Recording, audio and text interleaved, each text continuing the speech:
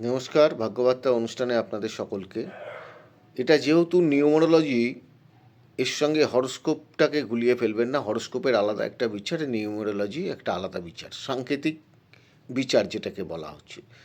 যাদের জন্ম তারিখ ও মাস সেম হয়, কীরকম? ধরুন আপনার 2 তারিখে জন্ম এবং ফেব্রুয়ারি মাস 2-2, যেমন আপনার 3 তারিখে জন্ম মার্চ মাস, তাহলে 3-3। যেমন আপনার 4 তারিখে জন্ম এপ্রিল মাস হলো, তাহলে কি দাঁড়ালো? দুটোই 4-4 দাঁড়ালো। মে মাসের 5 তারিখ এবং মে মাস, সংখ্যা গণিতে হিসেবে 5-5।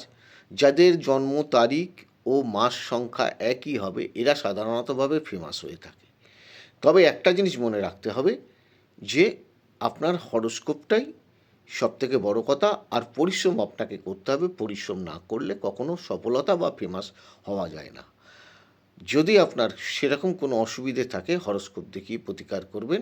তবে এই তারিখ এই মাসে জন্ম হলে এরা সাধারণতভাবে ফেমাস হয় এবং গণ্যমান্য ব্যক্তি হয়। ভালো থাকুন, সুস্থ থাকুন। জয় মা তারা বলুন।